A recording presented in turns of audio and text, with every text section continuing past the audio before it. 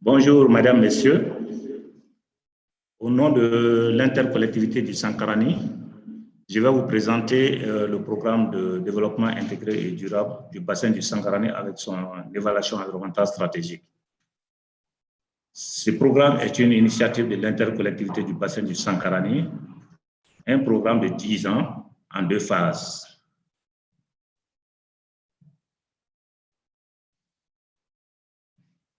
Le plan de la présentation est la suivante. Je vous parlerai d'abord du bassin du Sankarani, les principaux défis de la zone, le pourquoi du programme, le cadre institutionnel du développement du programme, les parties prenantes impliquées dans le programme, l'approche méthodologique du développement du programme, le statut actuel de développement du programme et les planifications futures.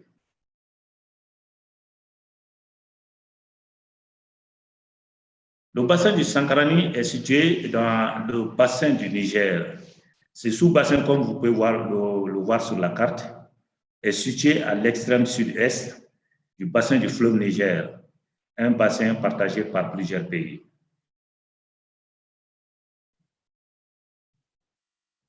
Dans ce diapo, vous pouvez voir sur ma gauche, la carte qui est sur ma gauche, ça c'est le bassin du Sankarani, et vous voyez les communes qui sont dans l'intercollectivité du Sankarani.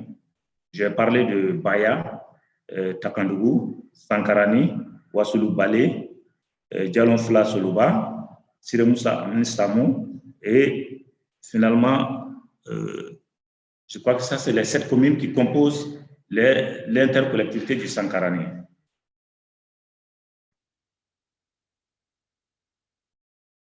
La zone de l'intercollectivité du Sankarani fait face à plusieurs défis. Un des premiers défis de la zone, c'est la croissance démographique. Cette croissance démographique qui est exponentielle est due d'abord au taux de natalité très élevé et à l'immigration qui arrive dans la zone. Comme vous pouvez le voir sur ce diapo, en 1998, la population était de 110 000 habitants. En 2019, elle a augmenté de 1,5%. En 2019, elle a été multipliée par 2. En 2030, la population serait multipliée par 3. Et en 2050, cette population de 98 serait multipliée par 4.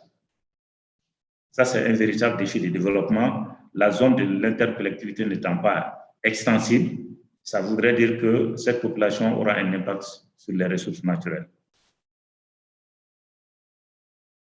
Un autre défi majeur de la zone actuellement, c'est le dragage. Ce dragage, qui est l'orpaillage par dragage, pollue les eaux du lac et crée l'ensablement du fleuve. Et cet orpaillage par dragage a été l'élément déclencheur pour le développement de ce programme de développement intégré et durable du bassin du Sankarani. Et un autre défi de la zone, c'est aussi l'orpaillage traditionnel. Comme vous pouvez le voir dans le diapo, cet orpaillage traditionnel détruit le couvert végétal et rend tous les sols impropres à tout usage humain. Un autre défi non moins important dans la zone, c'est la déforestation. Cette déforestation qui contribue à la destruction des habitats à haute valeur de biodiversité et ça détruit complètement le couvert végétal et favorise l'érosion. Le pourquoi de ce programme de développement intégré et durable du Sankarani. Les 7 communes qui sont initiateurs de cette initiative sont tous situées autour du lac et dépendent complètement de l'utilisation des ressources du lac. Et les eaux de ce lac ont été mises en mal par les effets du dragage. C'est ce qui justifie ça, c'est la principale justification même du programme. Et les défis que je viens de vous citer ci-dessus sont tellement nombreux qu'une seule commune ne peut pas faire face à tous ces défis. Aussi, dans la zone, il n'existe pas de vision de développement durable et consensuel de la zone. Cependant, la décentralisation donne le pouvoir aux communes de prendre en charge leur propre développement. Donc, l'intercommunalité ayant pensé ce programme serait une contribution pour l'atteinte des objectifs de la décentralisation, du cadre de la relance économique et durable et des objectifs des ODD. Un aspect favorable de ce programme également, c'est que les 7 communes font partie du CEP de Yamfoulila et les 7 communes partagent la même aire socio-culturelle, agroécologique et de développement.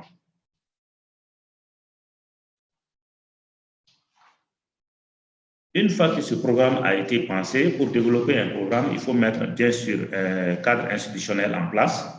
C'est pourquoi l'intercollectivité, en collaboration avec la préfecture de Yamfoulila, a pris des décisions en septembre 2020 pour créer d'abord l'intercollectivité du Sankarani avec les 3 premières communes, Baya, Sankarani et Takandougou. En avril 2021, le préfet a fait un autre décret qui a ajouté les autres communes, les 4 nouvelles communes qui sont Siré Moussa Anissamou, Yarankoron Soloba, Dialonfla et Wassouloubalé. Le préfet a également pris une décision qui met en place une cellule de planification et d'évaluation constituée des services au niveau local.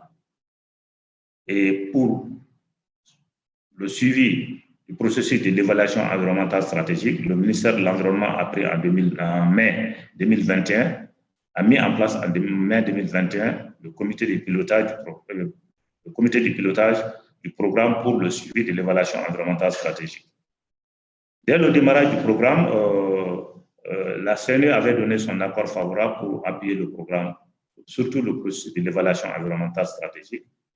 Et VNG International avait des fonds mis à la disposition du CBS pour la préparation du programme. Et dans ce sens, ils ont recruté un consultant national. Maintenant, le cadre institutionnel étant en place, il fallait vraiment définir les parties prenantes qui seront impliquées dans le processus.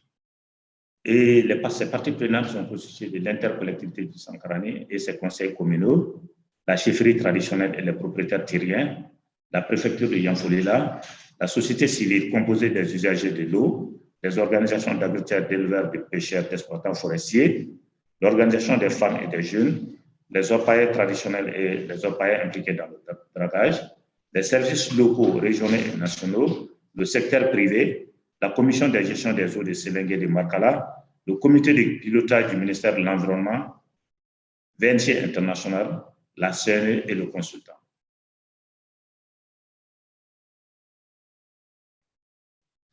Les partenaires impliqués dans le programme étant définis et n'ayant pas les mêmes capacités, il fallait commencer. L'approche méthodologique a consisté d'abord.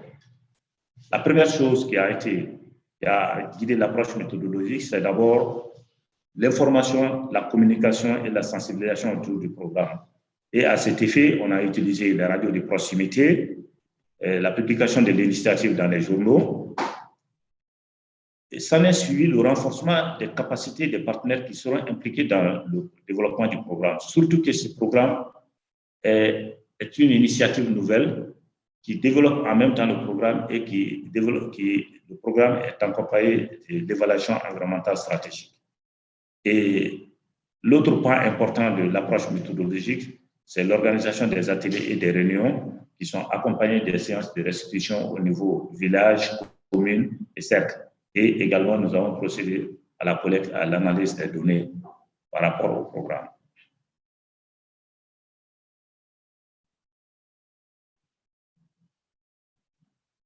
Pourquoi nous avons mis beaucoup d'accent sur le renforcement des capacités en termes d'évaluation environnementale stratégique, puisque cette approche est une approche nouvelle au Mali et par le renforcement des capacités des partenaires prenantes, c'était pour leur expliquer pourquoi une évaluation environnementale stratégique pour le programme.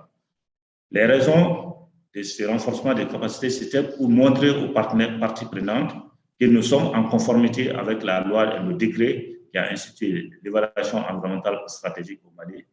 C'était vraiment pour une gestion durable et intégrée des ressources naturelles du bassin du Sankarani.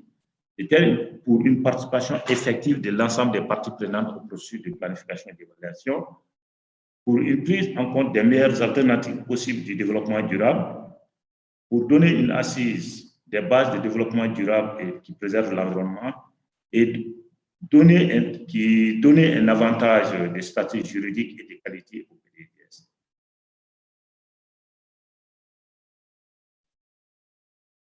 Donc, toujours dans le cadre de l'évaluation environnementale stratégique, nous avons renforcé les capacités des parties prenantes par rapport aux deux outils qui seront utilisés. Parce que, comme je le disais, l'évaluation environnementale stratégique, c'est une nouvelle approche au Mali. Donc, les deux outils qui ont été utilisés, c'est le décret de l'évaluation environnementale stratégique au Mali et le protocole de Kiev en termes d'évaluation environnementale stratégique.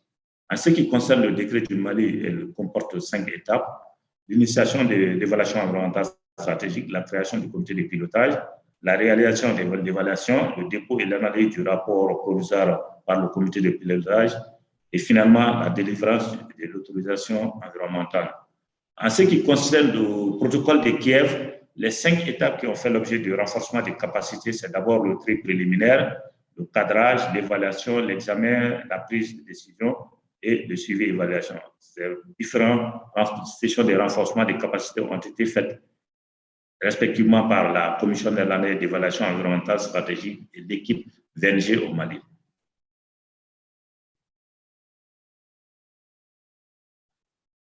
Quel est le statut de développement actuellement du programme?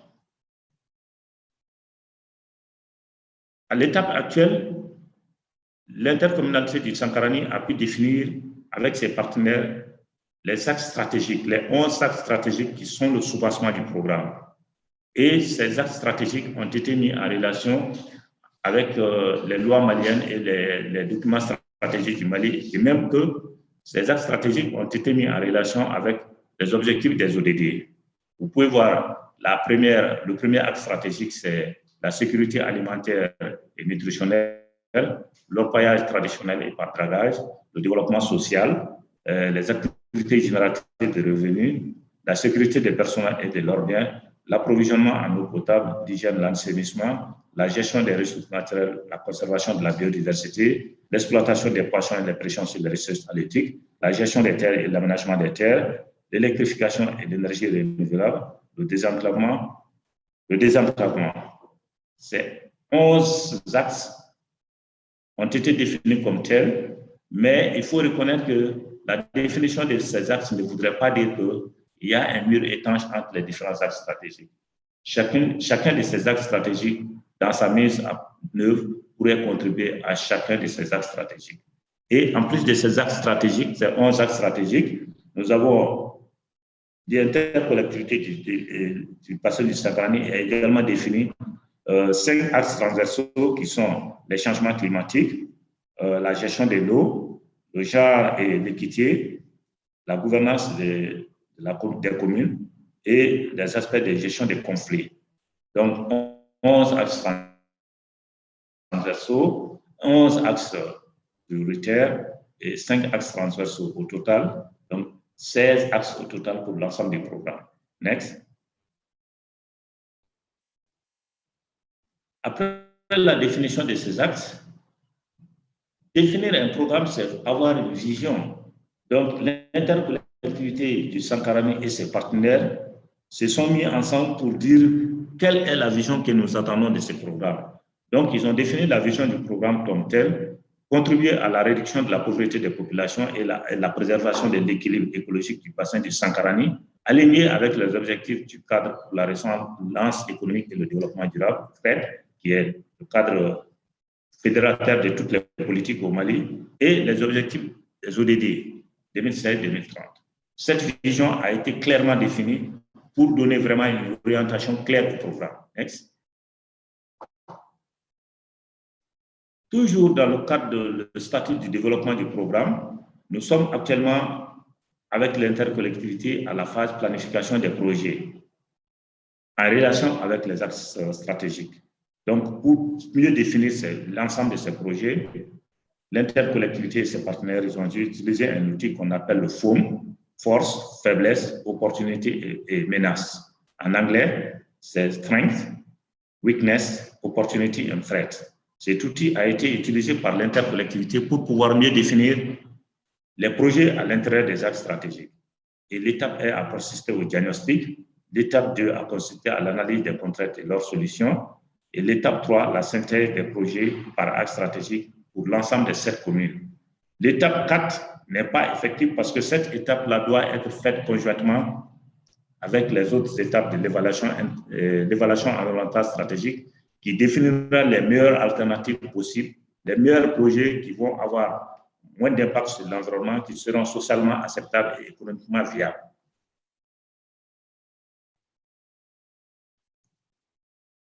Toujours dans le cadre du statut de développement du programme, l'intercollectivité a pensé que avant que le programme ne soit bouclé, le développement ne soit bouclé, il fallait définir l'approche de mise en œuvre. Et ils ont convenu que l'approche de mise en œuvre qu'ils vont faire, c'est le faire avec. C'est-à-dire, pendant la mise en œuvre, il y aura un transfert d'une bonne partie de la maîtrise d'ouvrage vers les bénéficiaires, couplé avec l'exigence du renforcement des capacités des organisations locales et des personnes et ressources à chaque étape du processus. Également, toujours par rapport au statut de développement, l'intercollectivité du Sankarani et ses partenaires ont déjà pensé à comment l'organigramme du programme serait effectif. Et vous pouvez voir sur ce diapo l'organigramme qu'ils ont proposé. Il y aura un comité de pilotage qui va superviser la mise en œuvre. L'ICDS étant le propriétaire et le leader de tout le processus, serait vraiment au top de la mise en œuvre. Un certain nombre de services rattachés, une division administrative et financière, une cellule technique et une agence spécialisée qui pense que cette agence spécialisée serait une organisation internationale qui va vraiment appuyer l'ICDS dans les premières années de mise en œuvre du programme pour vraiment les exercices managériaux. Et la direction technique serait en charge de recruter les prestataires qui seront en charge de la mise en œuvre du projet. Toujours dans le cadre du statut de développement du programme. Maintenant, quel est le statut de développement de l'évaluation environnementale stratégique? Que ce soit en termes de décret du Mali ou bien de protocole de Kiev, nous avons fait les étapes 1 et 2 du décret du Mali, et même que les étapes 1 et 2 du protocole de Kiev. Donc, les étapes qui restent pour les deux outils doivent continuer pour que le programme et son évaluation environnementale stratégique soient développés de façon symbiotique. Et la planification future également, il faut bien sûr qu'il y ait un document du programme. Et le document du programme, le contenu du document du programme serait un résumé exécutif, une introduction, justification et contexte, les défis de la zone, le cadre politique, juridique et institutionnel du programme, la vision du programme, les objectifs du programme, les objectifs de l'évaluation environnementale stratégique, la méthodologie de l'évaluation des effets potentiels des projets, l'analyse des impacts des scénarios de développement, l'organisation de la mise en œuvre de l'évaluation environnementale stratégique, le budget et le financement, et finalement, il y aura un résumé environnemental pour terminer ce document. Maintenant, par rapport toujours à la planification, il doit y avoir un rapport environnemental qui doit être envoyé au ministère de l'Environnement pour l'obtention des autorisations environnementales. Et le contenu de ce rapport environnemental serait le suivant. D'abord, il faut qu'il y ait un résumé du contenu, l'objectif du programme, la situation environnementale sans le programme, les caractéristiques environnementales des zones d'impact du programme, les problèmes environnementaux liés au programme, l'objectif de la protection de l'environnement, et les efforts notables probables des projets du programme, également les mesures envisagées pour réduire ou bien éviter les impacts de ces programmes. Comme vous pouvez le voir, le contenu du document du programme et du rapport environnemental, il y a plusieurs chapitres qui sont similaires et ces similarités vont sortir dans les différents. Je vous remercie de votre attention. Merci beaucoup.